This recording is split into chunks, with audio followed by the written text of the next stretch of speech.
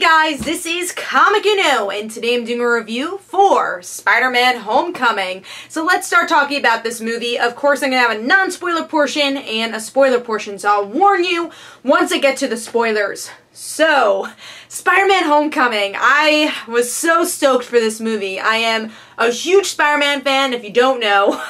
It's my favorite comic franchise. He's one of my favorite superheroes. His daughter is my favorite superhero. So, I have a lot of love for this character. So, yes, we've seen a billion Spider-Man movies, but I thought maybe this could be the one that is actually our Spider-Man. So, was he? Yeah, he was. Tom Holland, man, really brought Spider-Man to life and brought the high school aspect to Spider-Man to life, which I really enjoyed in this movie. It was so high school, and if you guys also know, one of my favorite types of comic books is high school superhero books, so definitely was up my alley. And I like that the supporting characters were pretty fleshed out, so you knew Peter's friends, you saw a community in the high school, so it wasn't just Peter alone. He definitely had a good supporting cast, which is sometimes, you know, a negative with these Marvel movies is the, you know, two-dimensional supporting cast that are just there for pawns, and I felt like his supporting cast was a little bit better, and because Spider-Man has kind of more of iconic supporting cast compared to other superheroes, he has a lot of human friends, you know, because he is the friendly neighborhood Spider-Man with, you know, characters with a lot of legacy, because I always called Spider-Man,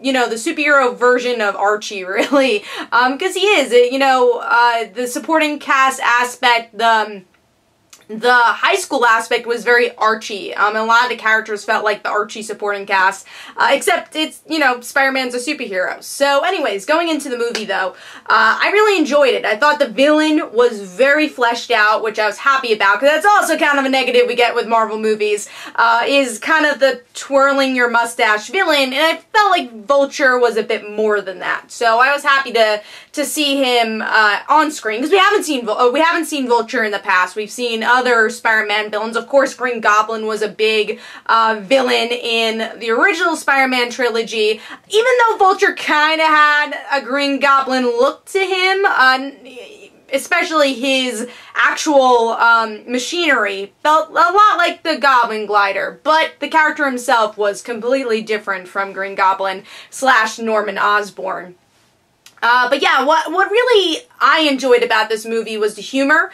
Tom Holland brings such a great humor to the movie, but also this relatability, which was obviously really important for Spider-Man. He is the friendly neighborhood Spider-Man, and that really is the title of this. More than I think Spider-Man Homecoming, it's the friendly neighborhood Spider-Man. And that is something I feel like that's been missing in the other Spider-Man movies, that was really portrayed here. If you're a New Yorker, I think you're really gonna feel that New York vibe, which again is such an important aspect to Spider-Man's character, so I enjoyed that. I will say though, this movie is very setup-y, so I think sequels of this movie will blow my mind even more. I think there's so much to do with the sequels because this is just setup, and I think we'll look back at this like 10 years from now and say, oh my god, the second one got even better, the third one got even better. I think this is just the setup for Spider-Man, really, to become even better as a superhero, and that includes a supporting cast too. I think they're gonna grow also, because there's a lot of setup for them too. So yeah, I mean, I really enjoyed the movie. I like that the high school tone actually felt modern and real in a lot of ways. It wasn't just geeky Spider-Man or geeky Peter Parker getting beat up all the time. I felt the relationships he had, obviously he was a little bit of an outcast, but it was a very realistic portrayal of an outcast in high school. So I like that. And that was a really good part to the movie, so without spoiling anything. So overall, it's so hard to rate this, because I love this movie. I mean, I'm 100% going to see this again. There's some hiccups. I think there are some opportunities they missed in this movie, so that's why I don't know if I could give it a perfect 5, but I think I'm going to go with the 4.75. I'm going to go with a 4.75 for this movie. So now we're moving on to the spoiler portion. So there is actually a lot to talk about here. First, let's start talking about the Vulture and why he was such a good villain is because of his relationship with Liz Tomes, I guess? Not Liz Allen, but I guess the end of this movie actually could make Liz change her last name to Allen. I could see them doing that. But yeah, I guess her last name is Tomes because she is the daughter of the Vulture, which I thought was, you know, it was a twist I saw coming. I thought it was either going to be her or Michelle, which we'll talk about her character, but it ended up being Liz, and I thought that was a really good route, and that goes to the setup aspect of this movie. I think Liz will be a better character in future movies, if they use her, because she ends up, like, moving in the end, but I hope they do use her.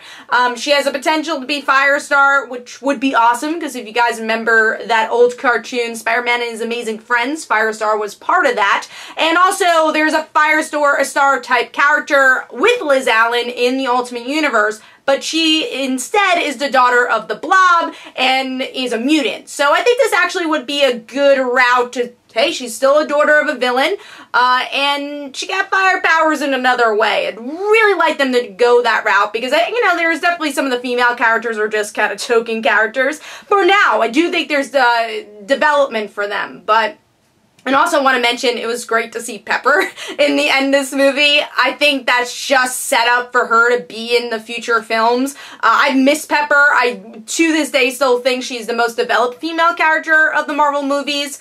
So I was really happy to see her again. And I think Gwyneth Paltrow wants to be in the movies again. And that's why she was in this. It was definitely just an introduction for more for her character. So excited for that because I've always enjoyed Pepper a lot.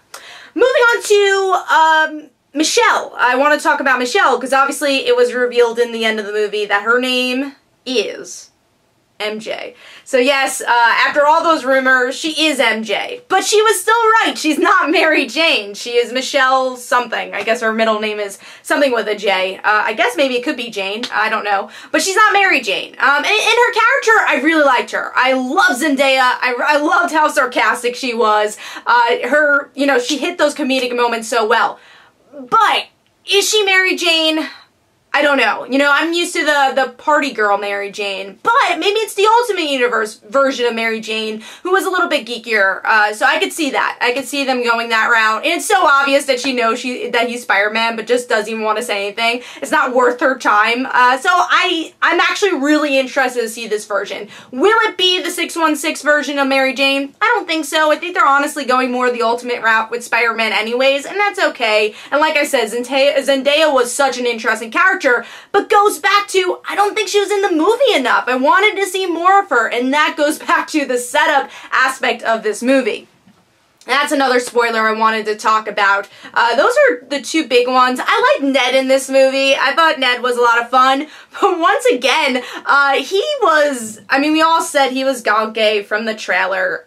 And he was Gonke in the movie, too. He just took the name of Ned, and he even played with Legos. That's such a Gonke thing to do, which, you know, kind of sucks because I want Gonke to be with Miles, you know, and that's kind of weird that they did that. I think some people are going to be disappointed there aren't some bigger named supporting characters like Gwen and Harry, but Gwen 100% makes sense that she's not in this movie, because in the comics, she wasn't introduced in the high school years. She was introduced in the college years. So I think it made sense that Gwen's not here, and maybe it's an opportunity to bring Spider-Gwen. I was disappointed they didn't bring Cindy, because that was kind of a rumor that Silk would have a little of an appearance, and this could have been a good opportunity. Maybe she was in the movie and they'll, you know, reveal that later on in the Spider-Man franchise, but right now, she wasn't referenced at all, so that was a little sad. But overall, I still really like the supporting cast. I actually surprisingly really liked Flash here. I think they got Flash point on in this movie, and all their dynamics was really interesting, again, to make a high school, which was obviously very important for this movie, because this is very much a high school superhero movie, and they didn't forget that. You know, we got as much screen time with Peter Parker as with Spider-Man, and that is the key to Spider-Man, is to really have that double life, and I love that aspect. Another spoiler, love that ending with Aunt May. You know, Aunt May is a very different Aunt May, but kind of a more modern Aunt May, and I'm okay with that. It goes back to it being a little bit more of an ultimate universe Aunt May, who was a bit more involved with Peter, and who also knew that Peter was Spider-Man. And Aunt May finds out in this movie in the best way possible, being censored by the end. I loved it. I love the Aunt May reveal, and I'm so excited for her to be more involved in Peter's life. Another big thing that happened in this movie was the reveal of Aaron Davies being Donald Glover. Now, if you don't know who Aaron Davies is, he is the uncle of Miles Morales. So Miles, we already knew was going to be in this universe, but he's referenced really in this movie. And it's so great that Donald Glover is playing that character, because Miles Morales was actually based off of Donald Glover, and that's why we've seen him so much connected to Miles. He voiced Miles in the Ultimate Spider-Man, so it's cool to see him connected in the MCU also. So that was a big scene that is going to play off in the future, I'm sure, with that animated movie coming out with Miles soonish. I think that's coming out.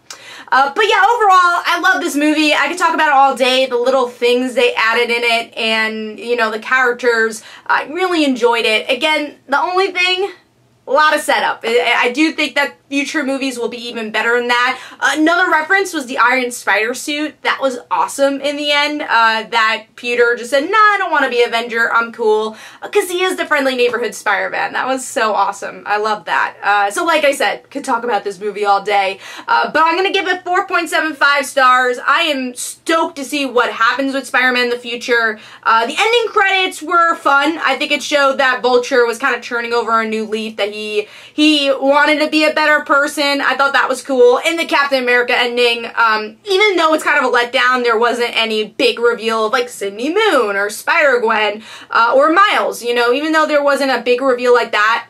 At least they like kind of joked around about it. And the cameos with Captain America was so great. They sprinkled a lot of great cameos in here. So I'm going to end this before I start talking and babbling even more. But hopefully you guys enjoyed. This is Comic Uno. Don't forget to follow me on Twitter. Don't forget to like my Facebook page. Also, description below, there are links for my comic book, Like Father, Like Daughter. And don't forget to like the Facebook page of Like Father, Like Daughter. And I'll see you guys later. Bye.